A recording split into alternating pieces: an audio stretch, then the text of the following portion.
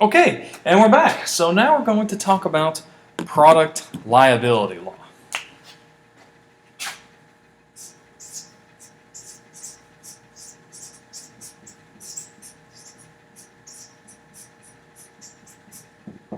Okay, so that also comes from the law of torts. Let's talk about torts too.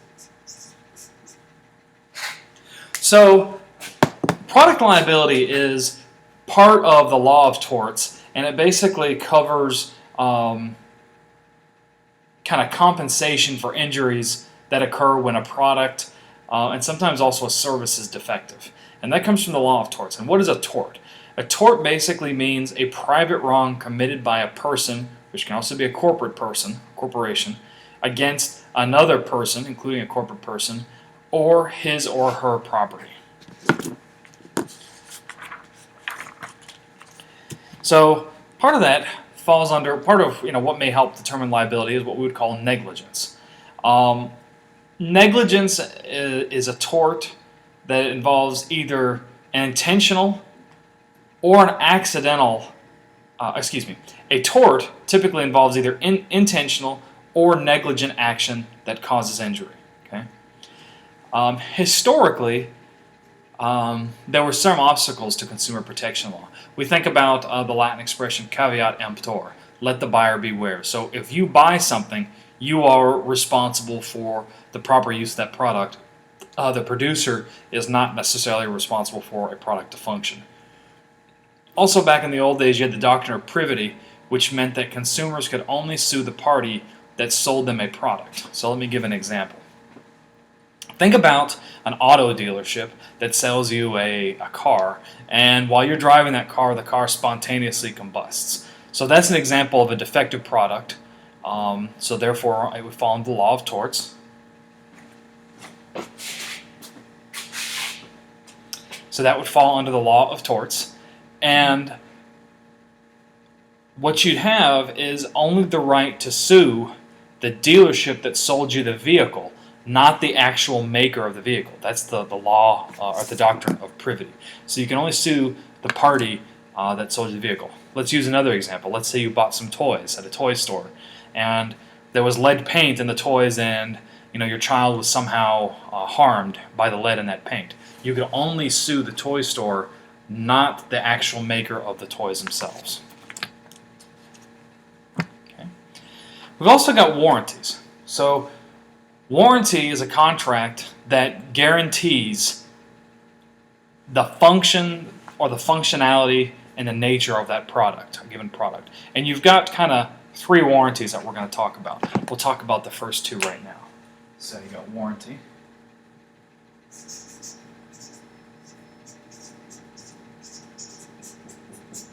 You got express.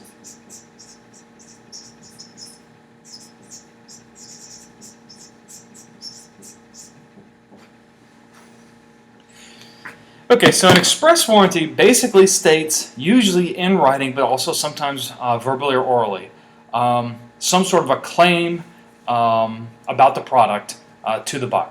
So this is a car, and I guarantee that it won't break down for the first 10,000 miles. And I've said, okay, it will not break down for the first 10,000 miles. We know that. That's an express warranty. Okay.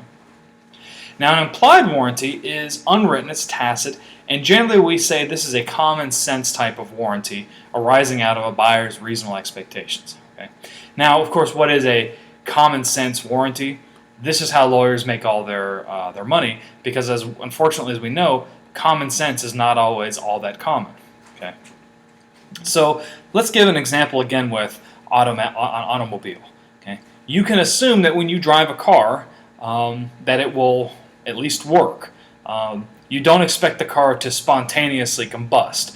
Granted, you didn't have an express warranty that says within the first 10,000 miles, I guarantee this car will not spontaneously combust, but generally speaking, when you buy a car, you expect it to function like a car should. Think about buying a pen. If you buy a very expensive, ballpoint pen or a fountain pen, you expect it to actually be able to write, not, squirt ink all over your face or all over your clothes. Okay. So that's an example of an implied warranty. Now, of course, there's probably not an express warranty that says, I guarantee that this pen will not shoot ink, all over your clothes, your carpet, and your house. That's probably not in the warranty itself. So therefore, it wouldn't be an express warranty, but it's implied. Common sense would dictate that a pen should write and not make a mess. We also have strict liability. Let me get my pen here.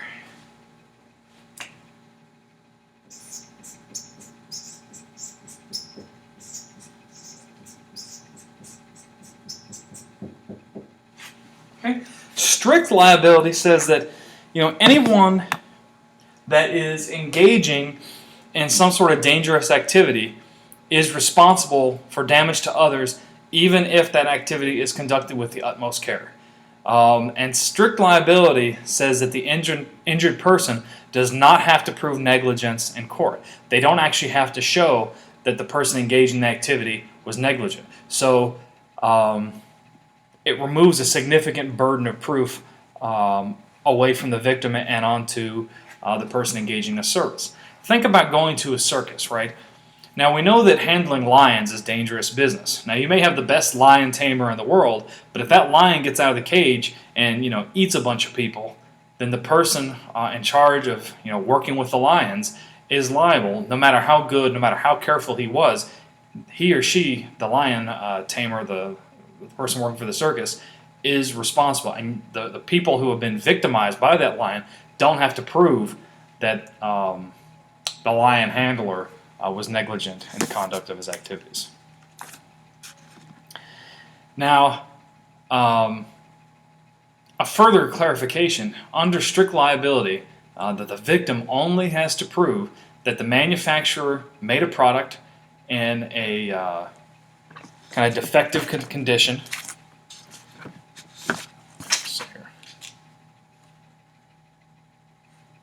That's right. Just lost my train of thought. I apologize. So under strict liability, an injured plaintiff only needs to prove that the manufacturer made the product in some sort of a defective condition and made it unreasonably dangerous to the user. You also have to show that the seller was in the business of distributing and selling such products, and that you, of course, have not changed it from its manufactured condition when purchased. And kind of think of an everyday example. Think about when you have products that are installed. I'm thinking of like air conditioners or windows or whatever. Typically they will have a service technician put your windows in for you, put your air conditioning in, and those kind of things. So I have a neighbor who thinks he's a handyman, and he was trying to put in windows himself just to show off. Now, the manufacturer of those windows said that they would just install the windows, but no, he wanted to show off to his neighbors and his spouse and all that kind of stuff. So he put the windows in, and of course those windows fell out and they broke and made one heck of a mess. And so he tried to have a lawsuit against the window manufacturer installer, and they said, no, that doesn't hold up because you altered the windows from their original condition and you installed them in a non-uniform way. So the window manufacturer and distributor was not liable because my neighbor was trying to show off and install the windows himself when he clearly had no idea how to put in windows. That's an example of strict liability. Now, of course, the U.S. legal system provides a great degree of consumer protection, and it's easy for plaintiffs to win large damage amounts from product makers. I'd say that our rewards are probably greater than anywhere else. So there's kind of some pros and cons with that. So, the tort system, we think, inflicts maybe 2.2% of GDP is related to something pertaining to torts. That's quite a bit. That's maybe half of our defense budget, so it's a lot. So the good thing is that there are very dangerous products, or not very dangerous products, but not dangerous products that are no longer produced, have been taken off the market. Their sales are restricted and controlled, or the products have just simply been redesigned. So consumers can buy products and there's a greater degree of safety. Of course, the threat of lawsuits and high liability do cause companies to drop high-risk products, which may mean that companies are less likely to take risks and engage in innovation for the simple reason that they're afraid of a lawsuit. However, again, it does protect companies from engaging in taking unnecessary or excessive risks that may harm the consumer. Great, so this wraps up our lecture on consumerism. We'll talk quite a bit more about this in class. My name is Duncan Pelly. I hope you found this lecture informative and entertaining, and we'll see you next time.